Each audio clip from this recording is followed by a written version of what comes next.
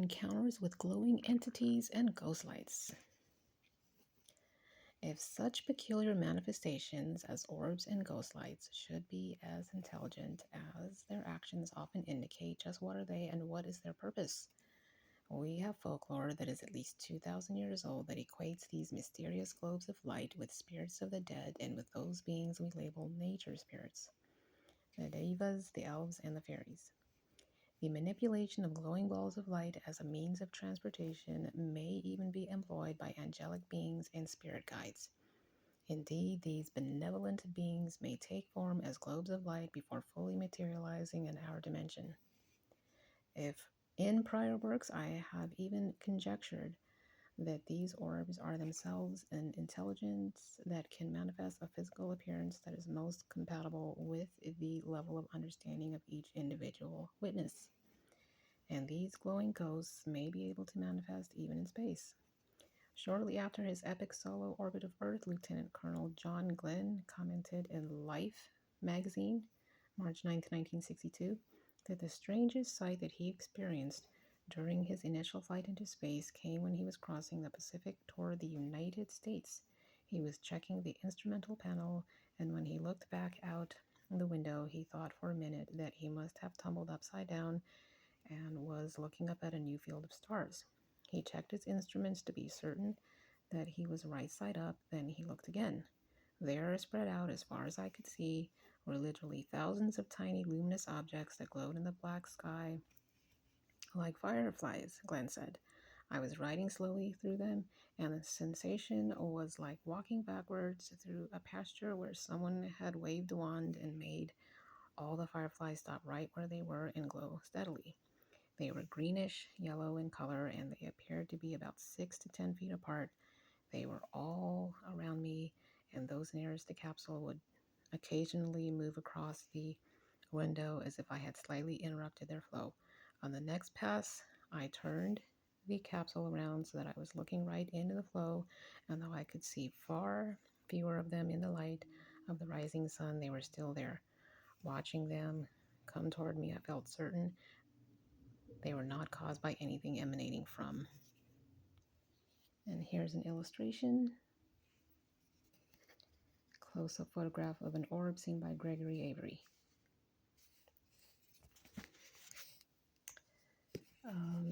The capsule, as far as I know, the true identity of these particles is still a mystery.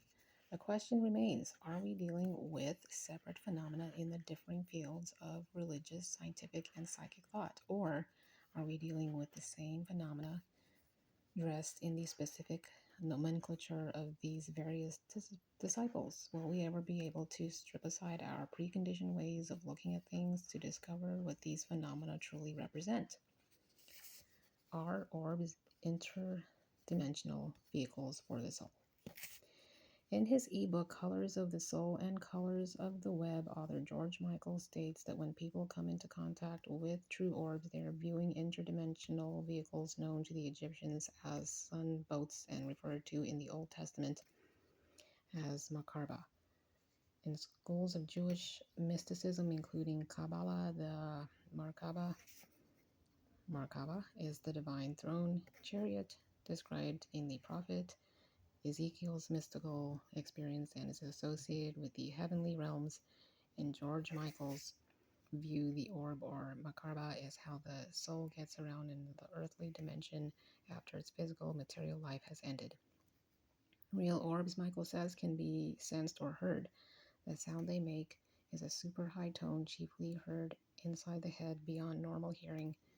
Many individuals who have encountered true orbs have experienced the orb speaking telepathically to them.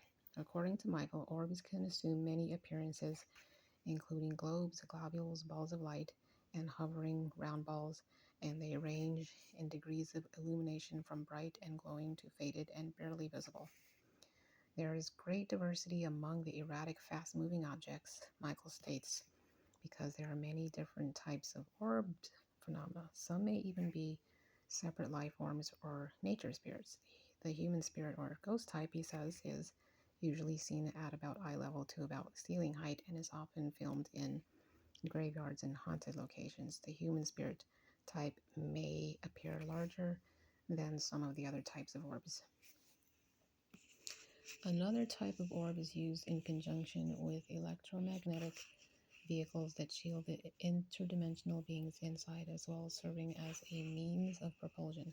Although on occasion these orbs are seen at eye level, they are primarily seen in the sky because of their higher dimensional level of existence. Michael also believes that there is a type of orb that may be considered a spiritual aspect of extraterrestrial intelligence, much like the human spirit. Orbs are an aspect of us. Some orbs often have a more detailed and complex appearance, which may at times contain figures or faces. Although such orbs are rarely photographed, photos do exist. Photographing the mysterious orbs, the research and photography of Gregory Avery. Glowing balls of light with various hues of colors have come to be called orbs, and they are seldom viewed by either photographers or subjects until they appear on the developed film. Orbs have appeared mysteriously on the photographs taken inside people's homes during festive occasions such as birthday and engagement parties, in churches during solemn gatherings such as funerals and memorial services, and at cemeteries, haunted houses, and sacred places. While some ghost researchers are quick to claim that these orbs are evidence of spiritual entities, skeptics are just as quick to dismiss them as particles of dust, droplets of water, or natural electrical emissions rising from the ground. Gregory Avery has taken photographs professionally since 1969, and since 1998, he has captured thousands of orb images. Avery says that while images of orbs may be taken by any camera, from the cheapest disposable flash camera to the highest end megapixel digital camera, most of the images that he has captured were made with digital cameras. Digital technology allows images to be studied more closely and accurately by means of a computer. Flash seems to be required to image the orbs, whether film or digital techniques are used, he said. I know one exception to this, and that is a high-end multiple CCD charged couple device digital video camera that recorded an orb flying through a researcher's backyard in daylight, and no flash, strobe, or additional lighting was applied.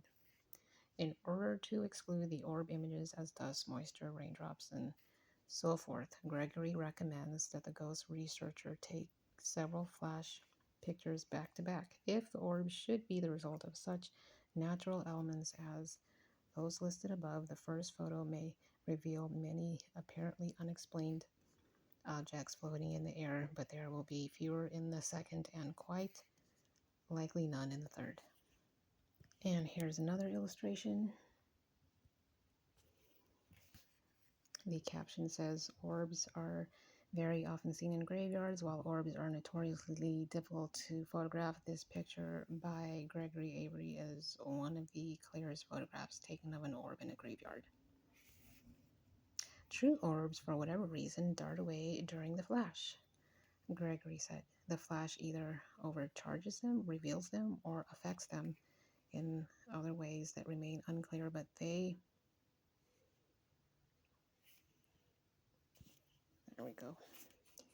But they will move in different directions at high speeds, considering the speed of a flash. Gregory states that the lens on his camera is always cleaned between images to guard against any elements of rain, fog, or other materials affecting the photograph in any way.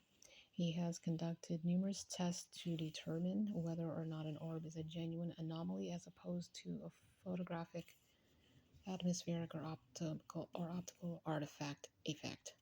Dust was thrown in the air, he explained. Water was sprayed into the air. We acquired an artificial fog machine and photographed the plume.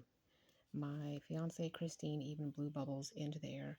All of these tests and more were concluded in order to produce those characteristics found in the true orb's appearance, color, and geometry. We have been unable to duplicate the orb appearance or capture the astounding geometrical precision that genuine orbs have demonstrated. Some interesting thoughts on orbs from Neville Mitchell, Australian paranormal researcher.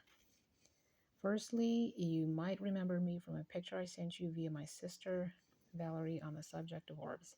I would like to inform you that this phenomenon, it seems, is still occurring around us and particularly around Valerie. Wherever Val goes, these orbs seem to follow. Actually, wherever.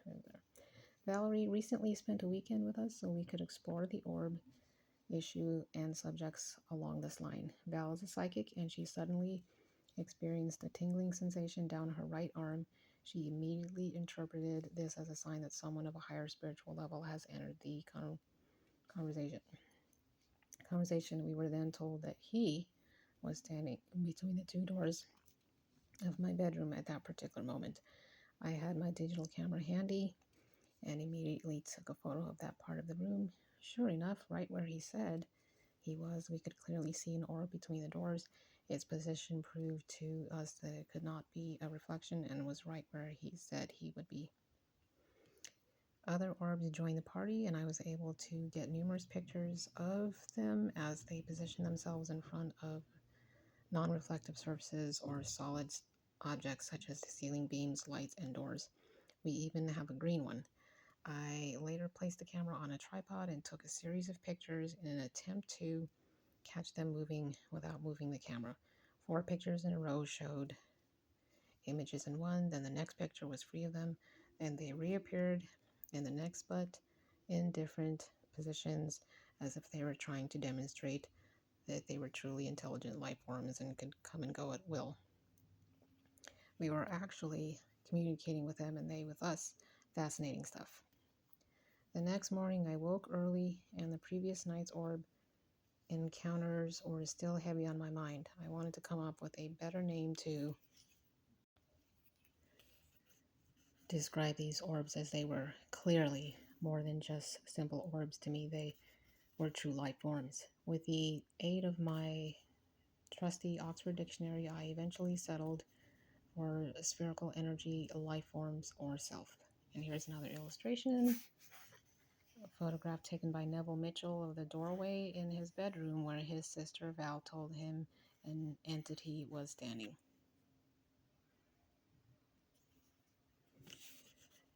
Continuing, then it hit me, isn't life a journey towards discovery of self? In this message, I was to discover, okay, is this the message I was to discover? See, it totally didn't make sense because I read that as in. Okay, let's go on. Valerie emerged from her bedroom and told me to try and imagine 2 warring armies as just orbs with all their physical 3-dimensional baggage stripped away. I suddenly realized that when you attack another, you are just attacking yourself.